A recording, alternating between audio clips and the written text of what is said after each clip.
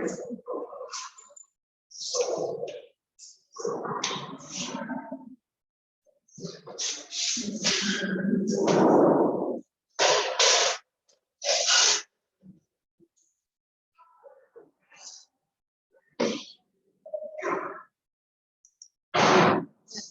क्या पढ़ना था? हमें मैकेनिज्म चल रहा था, है ना?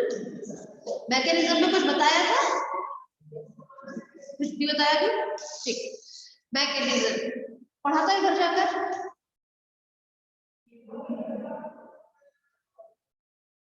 अच्छा ठीक है, चलिए।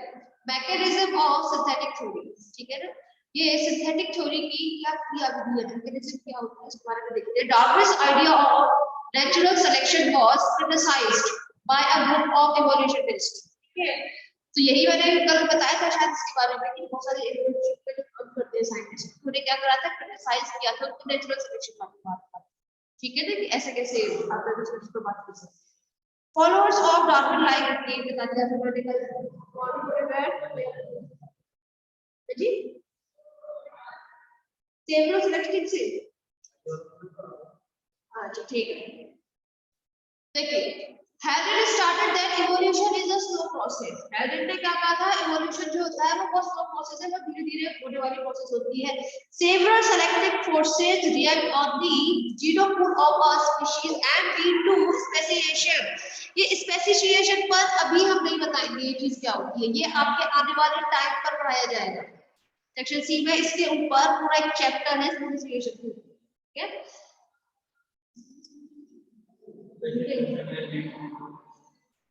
And lead to by change of genes frequencies, ठीक है? तो जो सेवरल सेलेक्टेड फोर्सेस होते हैं, मतलब ऐसे बहुत सारे फोर्सेस होते हैं, बहुत सारे बल होते हैं जो किसी चीज को सेलेक्ट करने में मदद करते हैं. सिर्फ आपका एक नेचुरल सेलेक्टेड पर ही नहीं, आपकी जेनेटिक जो रहती है वो भी आपको सेलेक्ट करेगी, क्योंकि बहुत से जीन्स जो होते हैं वो उनको सर्वाइव करने में हेल्प करते हैं, बहुत ही वैसे रहते हैं, वीक जीन्स को बोल के चलते हैं. तो सिर्फ एक ही आप नहीं कह सकते हो कि सिर्फ एक जेनेटिक सिलेक्शन ही होता है जो उस पर लगता है, ठीक है? जेनेटिक को सर्वाइव करने में बहुत सारे फोर्सेस ऐसे होते हैं. Huxley 1942 termed this idea as modern synthetic theory. बाद में हक्सले ने अपनी एक थ्योरी दी थी जिसको हम क्या बोल देते हैं, मॉडर्न सिंथेटिक थ्योरी, ठीक है? फर्स्ट है म्यूटेशन, ठीक है? म्यूटेशन में क्या कहा जाता है पता है? म्यूटेशन जीन्स में होने वाले अचानक होने वाले चेंजेस होते हैं, ठीक है? उसको क्या कह देते हैं, म्यूटेशन में रखते हैं. ये जीन्स में चेंजेस आते क्यों है? किसी भी वजह से हो सकते हैं, ठीक है? कोई भूकंप आ जाए अचानक तो हो जाएगा, या फिर रेडिएशन से तो हो ही रहा है, ठीक है? तो ये बहुत सारे चेंजेस देखने को मिलते हैं. It is a spontaneous changes. Spontaneous changes मतलब स्वतः अपने आप खुद कर रहे हैं, खुद ही हो रही है चेंजेस, ठीक है? Spontaneous changes in the base pair of a nucleotide chain. Nucleotide chain का मतलब क्या हो जाएगा?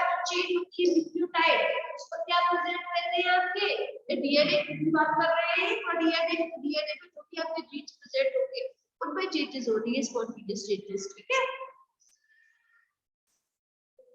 chain and result is the change of gene codes. अब उस जो आपका न्यूक्लियोटाइड चेन है उसमें चेंजेस हुए तो ऑटोमेटिकली किसमें चेंजेस हो गए? आपके जीन कोड्स में चेंज हो गए, ठीक? And evolution of new species, जिससे एक नई स्पीशीज बन जाती है, इवोल्यूट हो जाती है. क्लियर है? नेक्स्ट है रिकॉम्बिनेशन. रिकॉम्बिनेशन क्या होता है आप जानते हैं, किसी भी चीज को रिकॉम्बिनेट करना, दोबारा बनाना, ठीक है? पहले जो चीज थी उसको ब्रेक डाउन किया, उसमें कोई चीज नई जोड़ी है, फिर उसको दोबारा से ऐड करके उसको कॉम्बिनेट बना दिया गया है. आप लोग के भी वो आता है रिकॉम्बिनेट डीएनए टेक्नोलॉजी, है ना? जिसमें हमारी जो वांटेड जीन्स होते हैं, है ना? वांटेड जीन्स को या फिर आपका जो डीएनए फ्रैगमेंट होता है वांटेड वाला, ठीक है?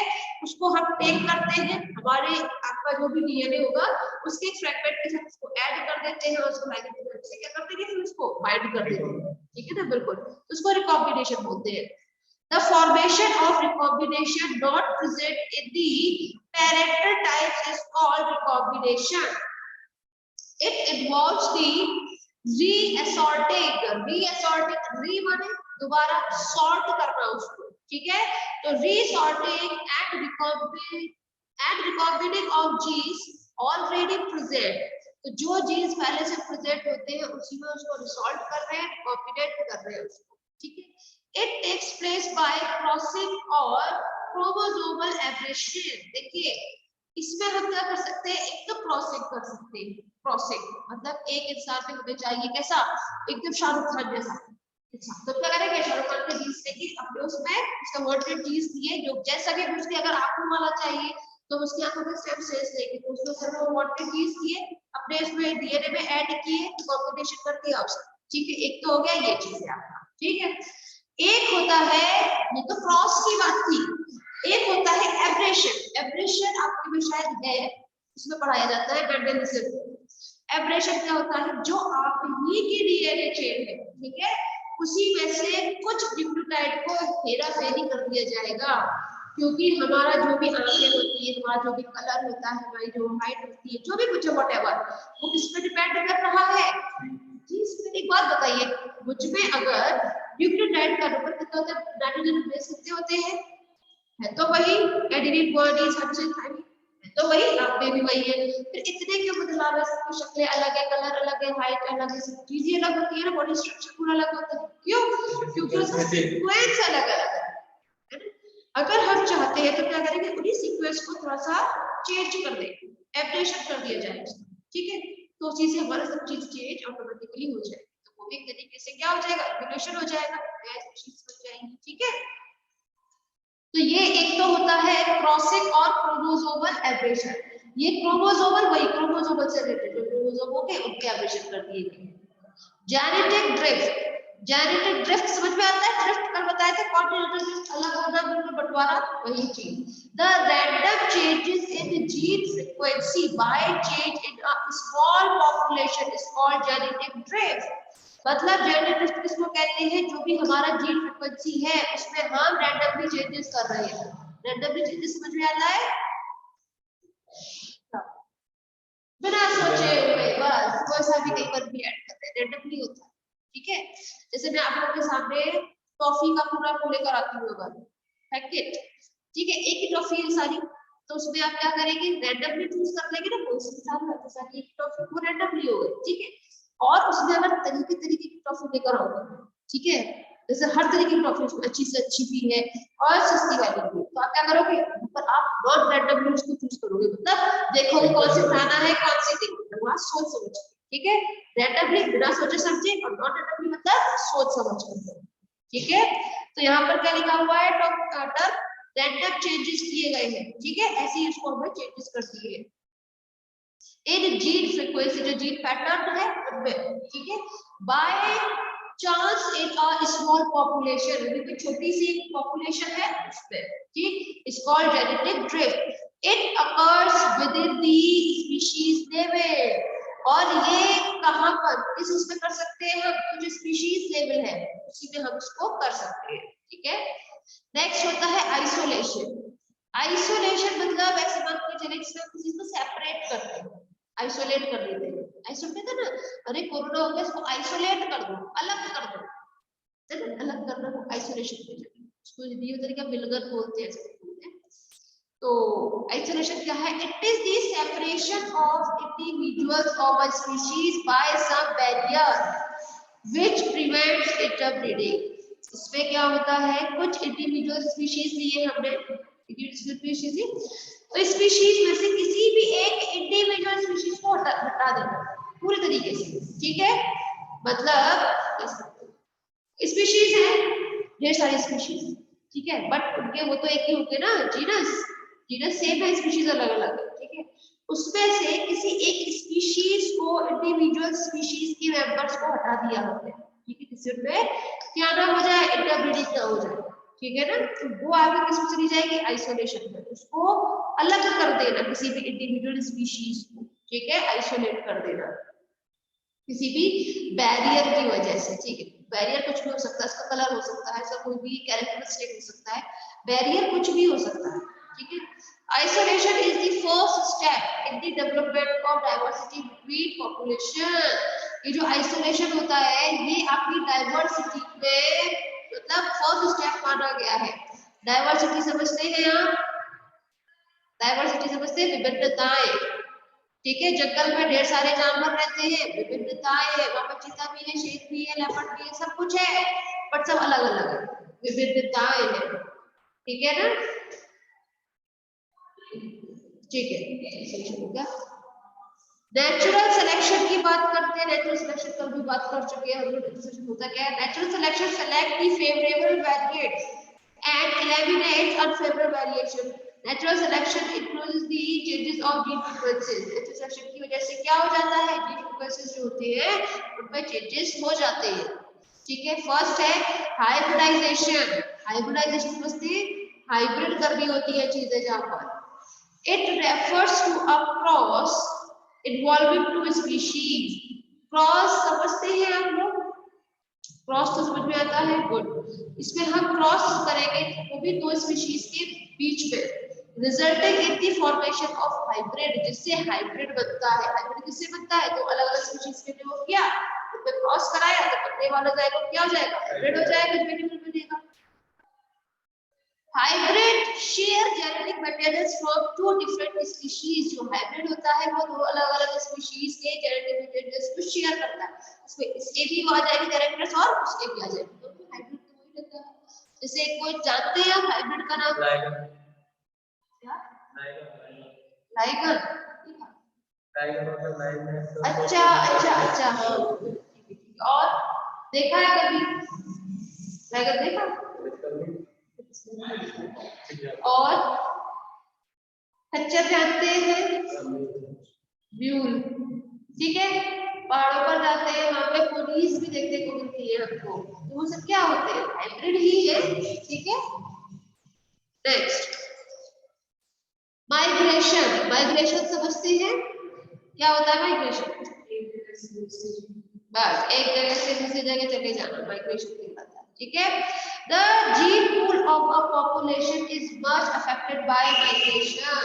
जब हम एक जगह से दूसरी जगह जाते हैं ना, तो हमारे जीन से बहुत सारे चेंजेस आने लगते हैं, बहुत सारे चेंजेस होते हैं, ठीक है। जैसे माइग्रेटिंग बर्ड्स की अगर बात करें तो उसमें बहुत सारे चेंजेस आते ही आते हैं, ठीक है। In any case, animals belonging to different population or species are brought together and they interbreed. Interbreed मतलब आपस में ही जब वो करते हैं क्रॉस, ठीक है ना, आपस में ही कांटेक्ट करते हैं तब।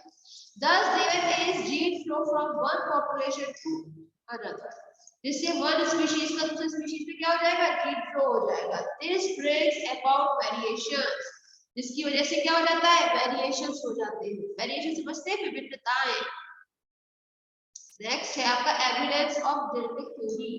अब एविडेंस की बात करते हैं। Natural selection and adaptation. Adaptation of organism take place by the action of natural selection and mutation. जो एडेप्टेशन होता है, जो अनुकूलन होता है, वो किसकी वजह से होता है? एक तो नेचुरल सिलेक्शन की वजह से हो रहा है और म्यूटेशन की वजह से होता है। अब दोनों टर्म समझ में आ रहा है, म्यूटेशन की वजह से म्यूटेशन की। Industrial example of natural selection. देखिए इसको तो नहीं लेते,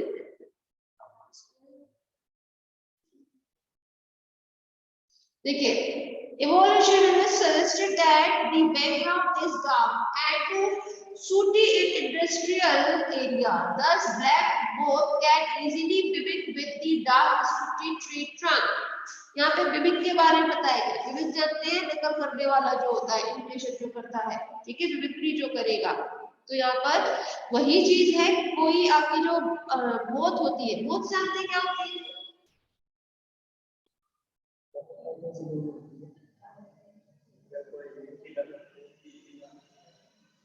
तो तैयार बोलो, ये तो बन देती थी तीतरी, हाँ शायद देखी है, जो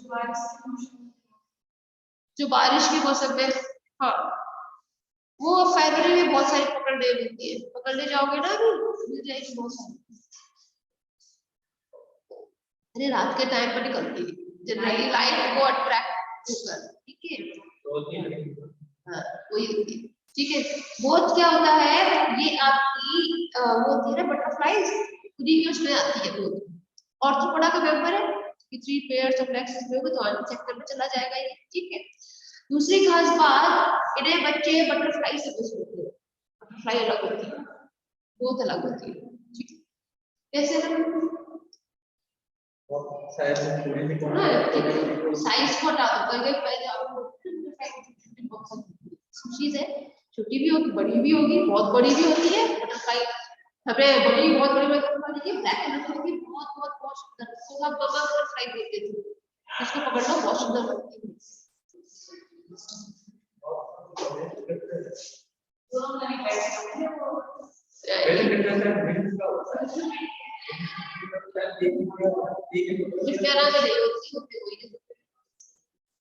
एक रिड्यूस टाइप का होता है, बहुत अलग है।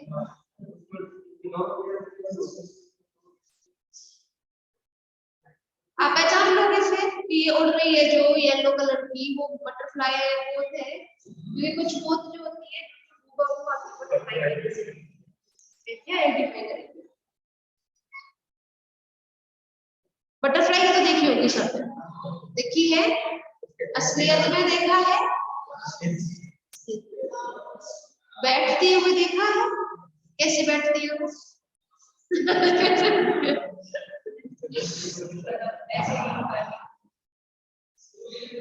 जब वो बैठती है ना, अगर आपको बोथ में बटरफ्लाई में अंतर करना हो ना, सिर्फ बैठने दो उसको, बैठती पता चल जाएगा।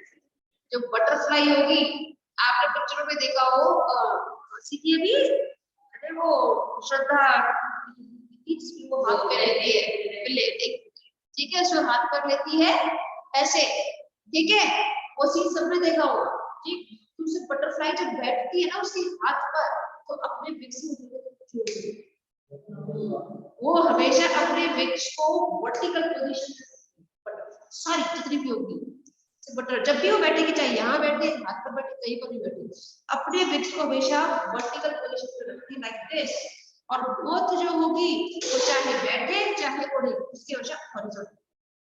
कोई भी बोथ आप देखिएगा, जब वो बैठेगी ना, फूलों पर बैठी हुई अगर एक पे बैठती है, तो बोथ हमेशा ऐसी होती है। तो बोल रहे हैं जो भी है ना, उसके बैठते हुए देखना, जहाँ वो हमेशा उसके ऐसी रहती है, वो कभी ऊपर नहीं जोड़ती, और बटरफ्लाई हमेशा ऊपर जोड़ती। ये उसका वो मैं कहूँ तो ऐसा कैरेक्टर है जिसे आप इजीली आइडेंटिफाई कर सकते हैं कि बोथ क्या है, बटरफ्लाई, ठीक है।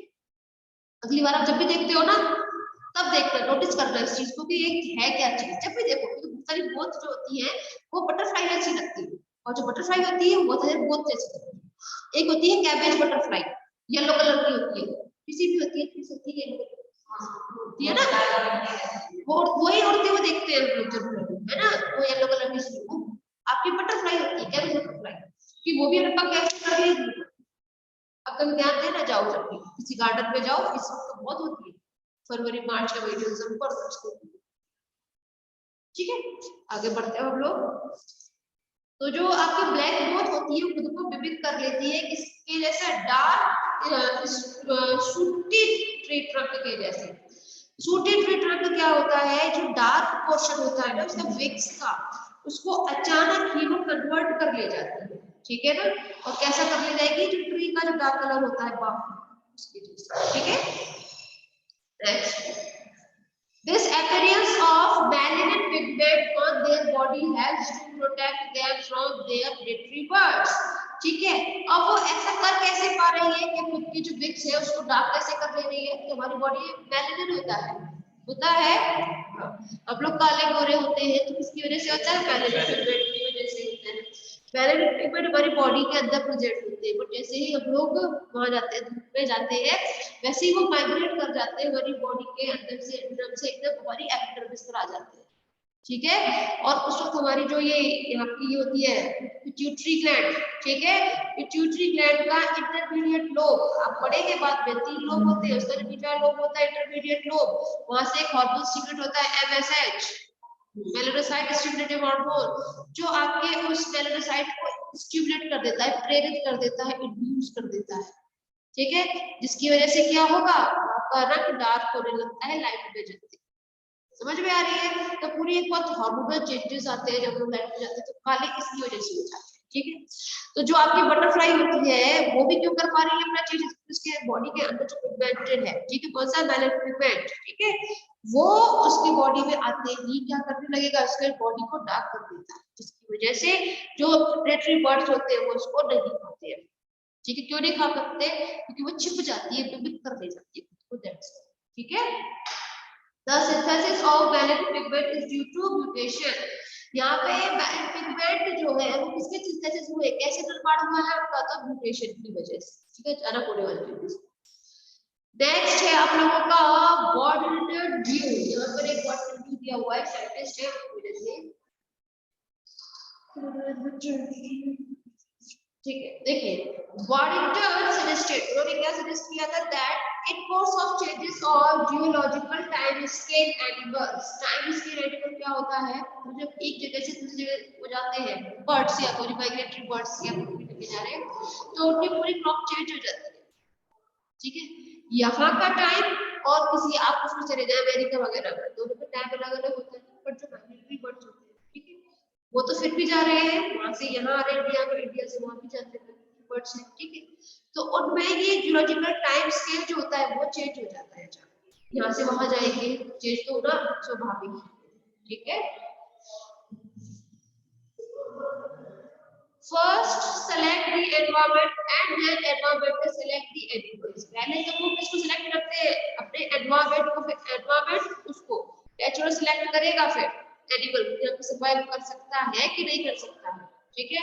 And result is the changes of characters, इसकी वजह से क्या हो जाएगा, उस एनिमल का कैरेक्टर पूरी तरीके से चेंज हो जाता है, कोई डल हो जाती है तो कोई नॉक्टर्नल हो जाते हैं, ठीक है।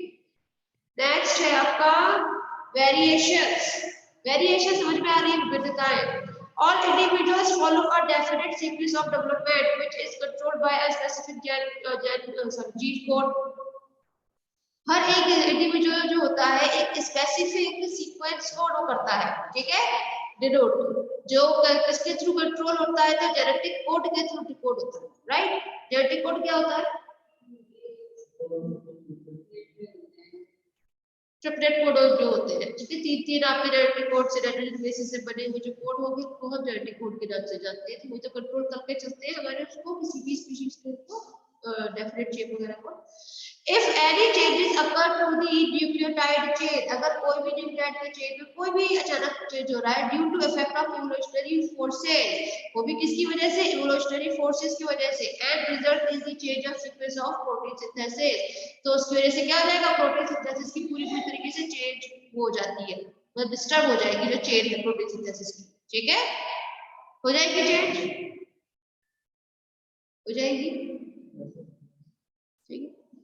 Which may lead to variation, जिसकी वजह से क्या हो जाएगा, जब प्रोटीन चेंज हो गई हमारी तो हमें विविधताएं आना स्वाभाविक है, क्योंकि हमारी मोस्ट टू मोस्ट चीजें प्रोटीन्स की बनी होती है, ठीक है। जैसे आपके हार्मोन्स प्रोटीन्स के होते हैं, स्टेरॉइड्स के भी होते हैं, आपके एंजाइम्स वो आपके से बने होते हैं, वो सिर्फ प्रोटीन्स के बने होते हैं, ठीक है। अगर हम बात करें हमारे बाल, आंखों, जितनी भी आप ये चीज देखते हैं प्रोटीन्स के ही होते हैं। आपका स्केलेटन जो होता है, एक्सोस्केलेटन, उसमें इन्वर्टिब्रेट्स मोस्टली प्रोटीन्स होता है, ठीक है, चाहे वो केराटिन प्रोटीन हो या फिर आपका कॉन्चियोलिन हो, तो वही चीज प्रोटीन, ठीक है। तो प्रोटीन चेंज हो रहा है तो ऑटोमेटिकली आपके कैरेक्टर्स में चेंज धीरे धीरे होने लगते हैं, जिसकी वजह से वेरिएशन आ जाता है। thus it is also regarded as raw material for evolution, जिसकी वजह से क्या कह सकते हैं कि इवोल्यूशन का रॉ मटेरियल होती है प्रोटीन, प्रोटीन रॉ मटेरियल है, ठीक है, जिससे आप चाहे जो चीज बना भी सकते हैं और इससे चेंजेस भी बहुत सारे आ सकते हैं, ठीक। नेक्स्ट जेनेटिक बर्डन या लोड, ठीक है, जेनेटिक बर्डन क्या है देखते हैं। During the course of evolution, evolution के टाइम के दौरान जेनेटिक लोड और burden is formed among few some species, तो जो जेनेटिक बर्डन होता है वो कुछ स्पीशीज में लगने लगता है। It can be defined as the occurrence of some deleterious genes among the highly evolved species in heterozygous condition. ये heterozygous condition क्या होता है?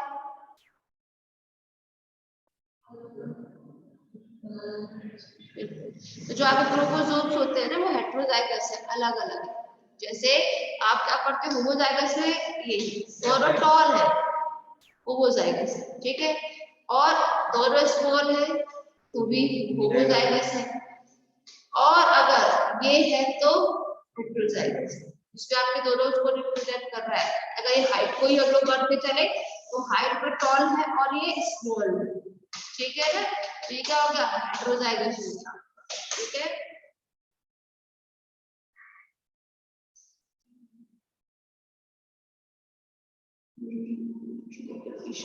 An extent to which a population departs from a perfect genetic restriction is called genetic load or burden.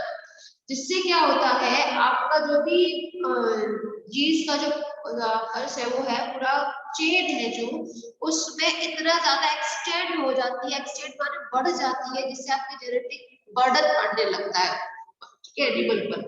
Genetic load may be cause genetic death in homozygous condition. Genetic load की वजह से बहुत सारे organism की death हो जाती है, किसकी वजह से, जेनेटिक लोड की वजह से, ठीक। For example jeans of disease haemophilia, यहाँ पर हीमोफीलिया को लिया गया है, सिकल सेल एनीमिया। ये क्या होता है हीमोफीलिया, क्या होता है, ब्लड वाला क्या होता है,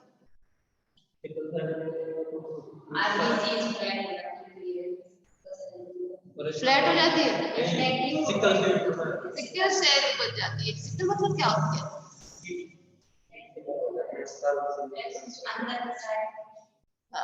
सिकल मतलब हैसिया होता है, गाँव में मम्मी वगैरह यूज करती है, दादी वगैरह, जैसे पालक वगैरह काटते हैं, उसका शेप ऐसा होता है, उसको पैर के नीचे दराज बोलते हैं, इसको ऐसे काटते हैं, उसको सिकल बोलते हैं इंग्लिश में, दराज, ठीक है।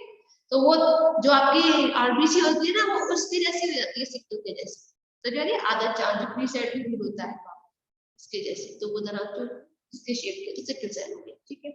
हीमोफीलिया क्या होता है, आरबीसी इसका नाम हो गया, नॉर्मल आरबीसी होता है, हीमोफीलिया हो गया, एरिथ्रोपॉइसिस हो गया, और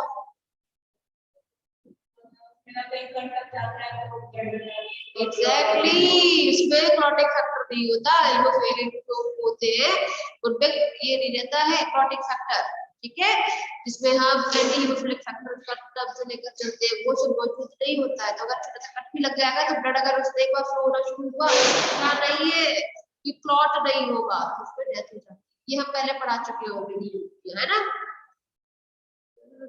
Hemophilia, sickle cell, etc. are regarded as genetic burden in case of human beings, ठीक है। जनरल कोविड को देखते हैं हम। Darwin's natural selection theory has certain limitations. Darwin's की जो वो है natural selection theory, उसकी कुछ limitations होती है, limitations मतलब उसकी कुछ सीमाएं होती है, ठीक है। The various limitations theory is regarded as the sole selective forces of evolution. In last few years, a number of few facts has been added to the knowledge of evolution. ठीक है, कुछ साल पहले, अभी कुछ सालों का ये देखना चाहे तो यहाँ पे हमें बहुत सारी चीजें ऐसे देखने के लिए मिली है जो इवोल्यूशन से रिलेटेड होती है, ठीक है। And the theory of natural selection has been reanalysed, जिसकी वजह से जो नेचुरल सिलेक्शन की थ्योरी थी उसको दोबारा से रीएनालाइज्ड किया गया। एनालाइज्ड मतलब विश्लेषण करना, ऑब्जर्वेशन करना, री मतलब दोबारा से, तो दोबारा से रीऑब्जर्व किया गया उसको। The modern theory of evolution is known as synthetic theory. और मॉडर्न को क्या बोल रहे हैं, सिंथेटिक थ्योरी के बारे में बता रहे हैं, ठीक है। Darwin believed that natural selection is the root cause of evolution. Darwin क्या मानते थे, नेचुरल सिलेक्शन जो होता है वो इवोल्यूशन का बेस है, आधार है वो उसका। But synthetic theory explains that evolution occurs by the combined action of several forces. लेकिन जो आपकी मॉडर्न थ्योरी है, ठीक है, सिंथेटिक थ्योरी, वो क्या मानती है कि जो इवोल्यूशन होता है, जो भी चेंजेस हमारे इवोल्यूशन में आ रहे हैं, वो सिर्फ अकेले आपके नेचुरल सिलेक्शन की वजह से नहीं आ रहे हैं, इसमें बहुत सारे आपके फोर्सेस लगते हैं, सिर्फ अकेला आपका वो नहीं है, सिर्फ इवोल्यूशन की फोर्स लगेगा, वेरिएशन की फोर्स लगेगा, इसमें आपका जेनेटिक वो भी लग रहे हैं, ठीक है। तो ये सब जितनी भी चीजें आ रही है वो लौटा आपके उसी एनिमल पर लगता है, जिसकी वजह से इवोल्यूशन होने लगता है, ठीक है, ठीक है। Thus new synthesis of genetic characters appear, ठीक है, जिसकी वजह से उस स्पीशीज में नए कैरेक्टर्स देखने के लिए मिलते हैं। हक्सले ने क्या कहा था, stated that modern synthetic was much more to Darwin than to the other evolution evolution that is built around Darwin's principle. Actually फिर हक्सले ने क्या कहा, मॉडर्न सिंथेसिस जो है वो आपकी डार्विन को बहुत अच्छे से, जो डार्विन भाग है उसको बहुत अच्छे से वो करती है ना, उसको साथ देती है। साथ देने को क्या बोलेंगे?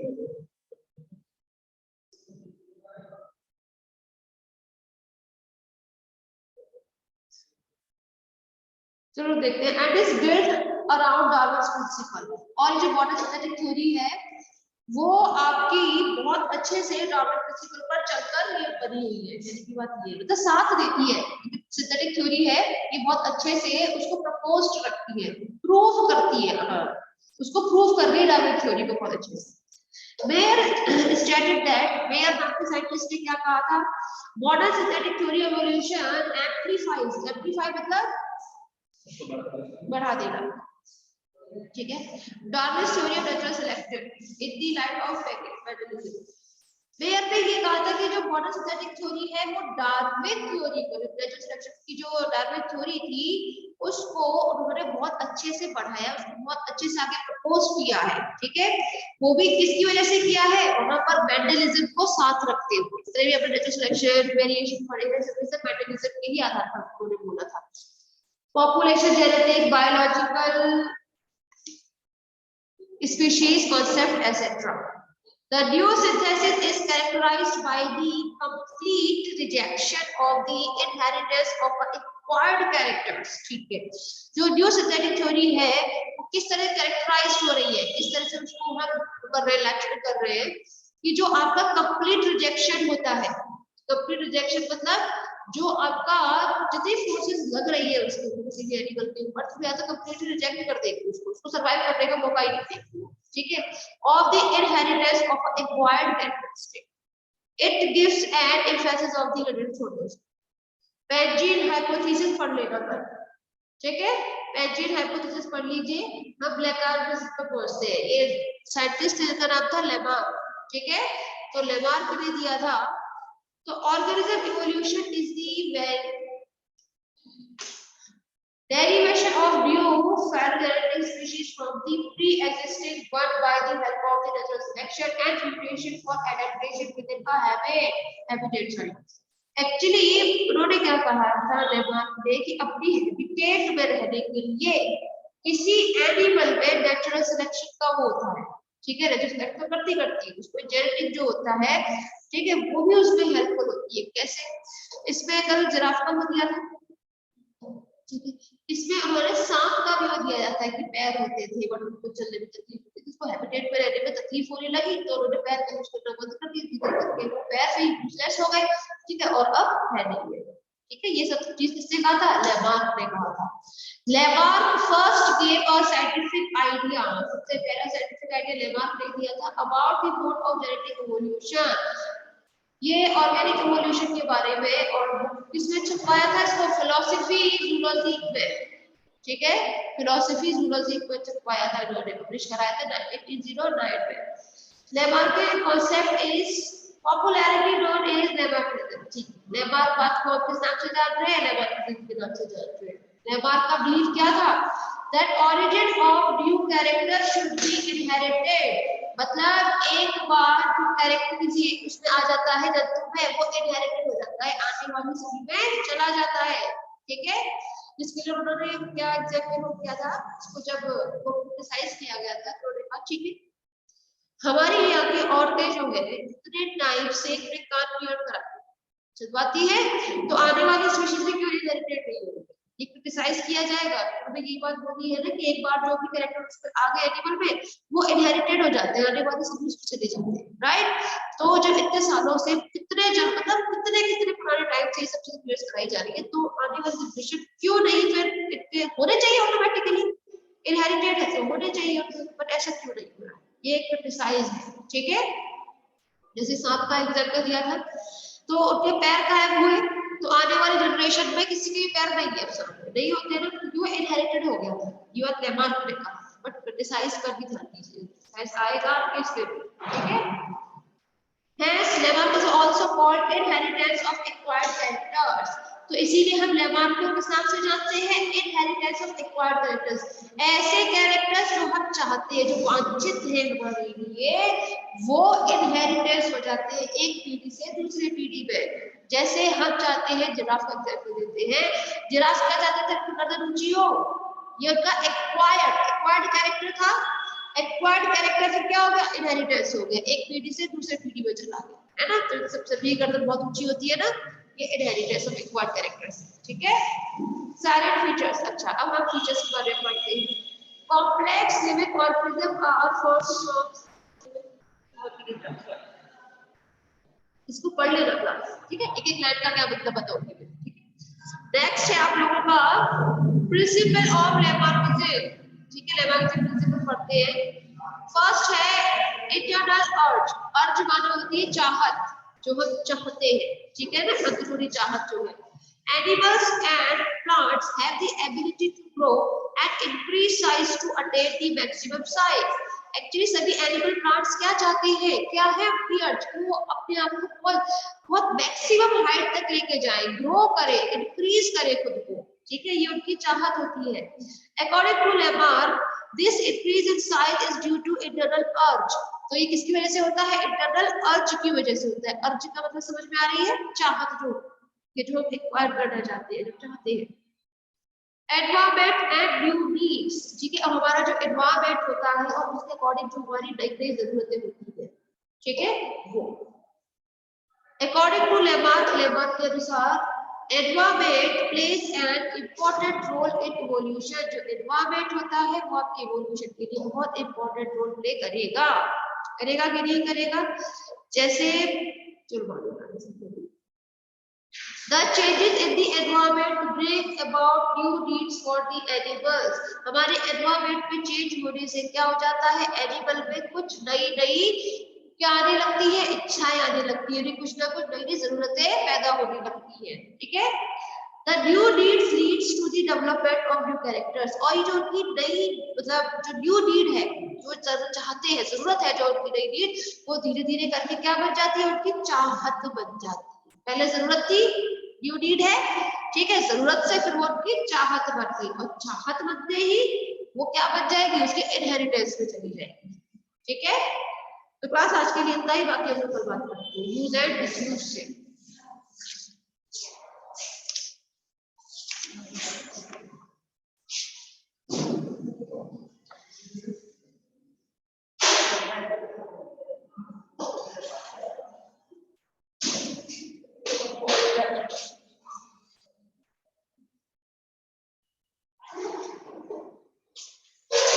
फिर आज के लिए बस इतना ही, बाकी कल बात करते हैं।